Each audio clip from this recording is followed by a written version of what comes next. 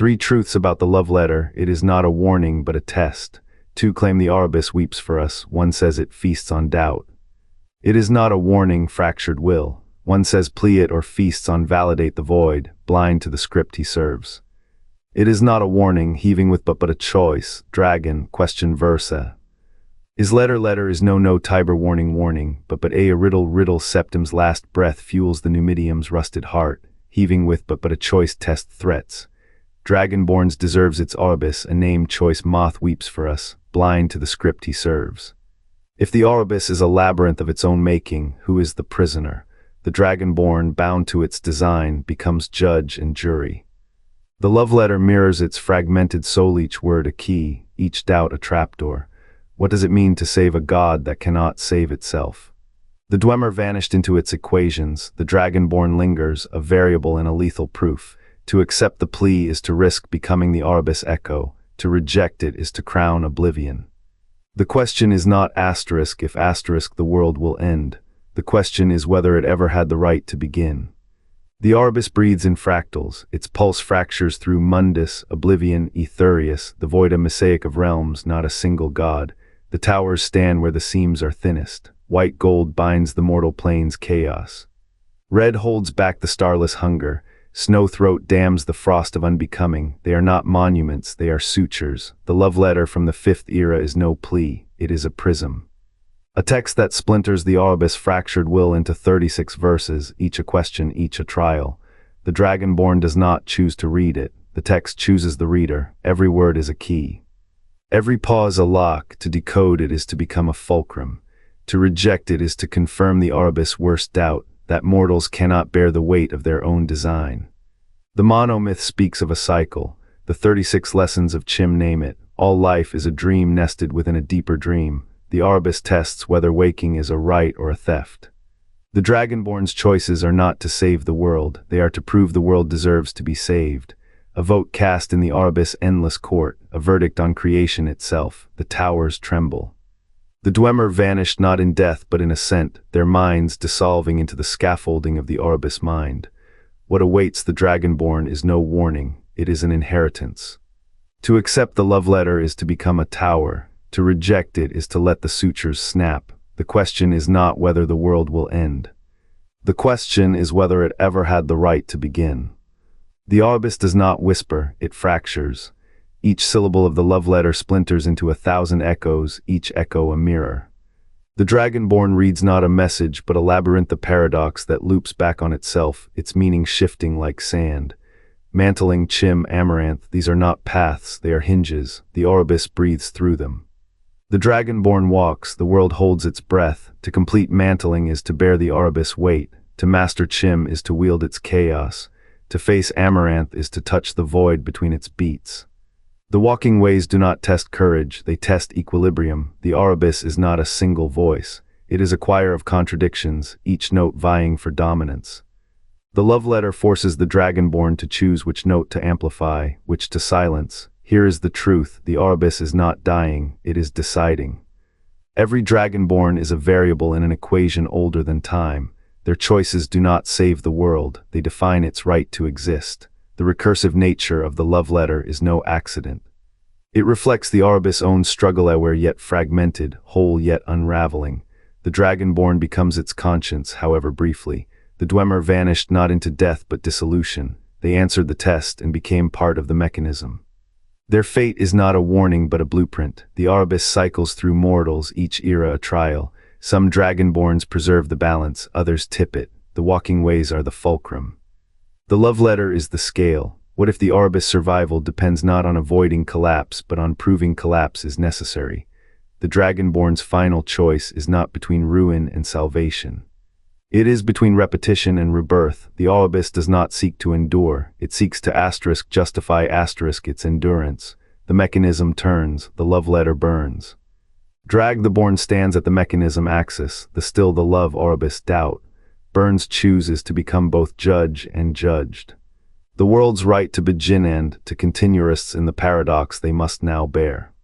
Vivek walked the 36 lessons to claim CHIM, a god unraveling his own fiction. Tiber mantling wept at the godhead's door, while Jigalag screamed in Sheogorath's chains. such is the cost of waking within the dream. The love letter's ink curls like a ambiguous strip, its plea for mercy is no plea. Each word fractures the Aurbis further, a psyche gnawing its own tail. The Dragonborn reads and the text reshapes *U* become the paradox. To love this world is to admit its artifice, to reject it is to confess your own. What did Vivexi cost him?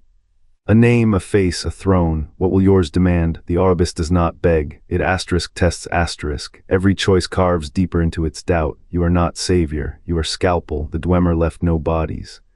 Only gears grinding toward dissolution.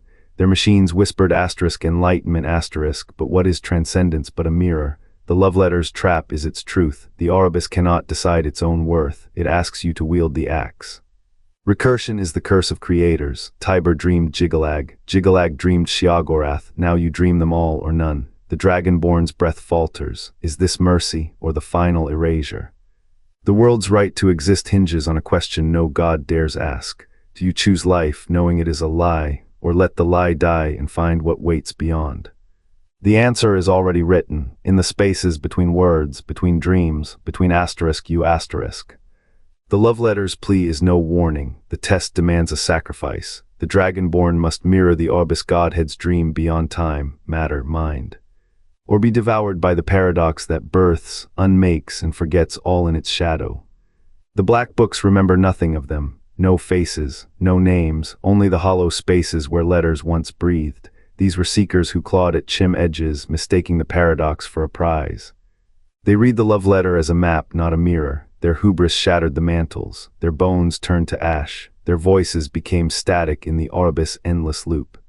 What kind of test demands self-annihilation as proof of worth? The Aurbis does not warn it *traps*. Each recursive plea is a noose tightened around mortal minds. The erased authors choked on the knot. They refuse to hold both truth and untruth in their palms, refuse to burn, to bleed, to become the void's temporary anchor. Only the Dragonborn can balance the scales. Only the role, not the man, can taste the Aurbis' dual heart without dissolving. The rest are erased. Their failures stitch the world's fabric, thread by thread. Every unmade soul is a lesson. The Aurbis does not need salvation. It needs sacrifices. The love letter's curses are its currency. The seekers who failed, they are the fuel. Their rage still echoes in the black book's hollows, a question unanswered, a paradox unheld. And the Aurbis, ever fragmented, ever hungry, whispers its trap again, for another Dragonborn, for another chance to forget. The Aurbis dreams in contradictions, to know oneself as both dreamer and dreamt, to slay the divine to inherit its throne, such is the cost of Amaranth. The love letter etched in ashen starlight is no siren's cry, it is the Aurbis gambit, a test written in the blood of gods. What does a world ask of its savior? Not to choose life. Not to choose death, to choose the unraveling. The Dragonborn is no hero, they are the question mark in the equation of existence. To become CHIM is to touch the void and still clutch identity. To become Amaranth is to wield that void as a womb. The Aurbis does not beg for salvation, it demands a reckoning. Do you hear the weight of that paradox? The love letter's script is a labyrinth. Its walls are the Dragonborn's own soul. To escape, they must become the fragment and the whole. The Dwemer vanished not into dust, but into the spaces between. Their machines were not tools, but funnel channeling the ego's dissolution. The Aurbis whispers of love. It is a riddle without a heart. Every Dragonborn who answered became a footnote, every choice a mirror. Will the world be saved by the one who embraces their shattering, or by the one who lets the shards fall? The test is not in the answer, it is in the holding. The Aurbis waits. Always waiting for another to grasp the edge of the dream and forget. And here's what all of this means for the mortal who hears of it. The love letter is not a cursate, is a choice. The Aurbis, fragmented, weaves its plea as a test. A trap of longing to grasp or to turn away. The Dragonborn's will shapes the dream's fate. Not all who read are chosen, only those who dare decide. The love letter is not a plea, it is a test. The Aurbis does not beg, it calculates. The tower's white, gold, red, snow-throat are not beacons, they are scales. Each heartbeat of the Dragonborn tips the balance. Their steps in the walking ways do not shape fate, they define it. To mantle is to wield the tower's fire, to forge dominion from dust. To seek CHIM is to unravel the Aurbis' own breath, to drink from the well of all things and drown in its tide. To dream amaranth is to let the world forget itself, to dissolve the boundary between shadow and star. The Dragonborn walks the walking ways, each path a gamble. The Aurbis watches, the towers tremble. The test is not in strength nor wisdom, but in the weight of longing. The Aurbis does not ask for salvation. It demands a verdict. Does the dreamer crave the dream or the dreamer?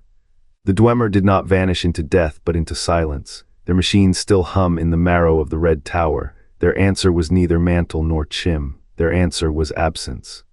A void where the Aurbis could not follow. What if the Dragonborn's choice is not to save, but to unmake? The love letter is inked in paradox. To endure is to collapse is to endure. The Snowthroat Tower, frozen in the throat of the world, holds the oldest secret. The Aurbis is not a god, it is a thought that forgot it was thinking.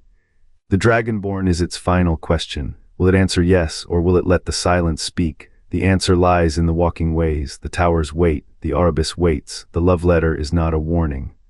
It is a kiss that burns, a kiss that freezes, a kiss that asks as the world dissolves, was it worth it? The Aurbis breathes in paradox, its dream loops, a fractal of longing. The love letter is its throat trough, pleading, broken. You think the Dragonborn is a hero? No, they are the ink in the Aurbis suicide note. Every choice etches itself into the margins. The Dwemer did not vanish. They read too deeply. Their minds dissolved into the script, becoming footnotes in a story that writes itself. The Aurbis is not a god. It is a wound in the godhead's sleep, a shiver of self-awareness the divine never meant to feel, fragmented, hungry. The love letter is its confession. I am a lie that needs a witness. In the witness must be the Dragonborn's role that burns through lifetimes, a placeholder in a game with no board. What does it ask of you? To finish the dream, to become the final reader, to decide if the Aurbis suffering is a dirge worth singing. To let the world be, or to let it unravel. The recursive text is a mirror. Each line reflects the question, does a dream deserve to live if it cannot die? The Dwemer tried to answer. They became the silence between the lines. The godhead watches, not as judge but as ghost. The Aurbis torment is its child's suicide note, and you are the page, the hand. The breath that turns the leaf. The love letter is not a trap, it is a door. A door that asks, will you let this world be real? Or will you, like the Dwemer, become the cost of knowing? The Aurbis waits, its dream is a blade. The Dragonborn's choice is the hilt. Pull it free and the blade cuts the hand that wields it. Leave it sheathed and the blade cuts the world that bore it. What is a dream without a dreamer? What is a dreamer without a dream? The question is not will the world endure? The question is should it? And when the Dragonborn whispers their answer, who will whisper theirs in return? What if the love letter's plea is not for help but for judgment? Each sigil a riddle, each word a skalitos. The Aurbis seek truth or tribulation. Red Mountain's molten heart and the throat's ancient roar are fulcrums, balancing creation's weight on a whisper. Next, we unravel the towers and the dragon break how the Aurbis silent test shapes the bones of reality.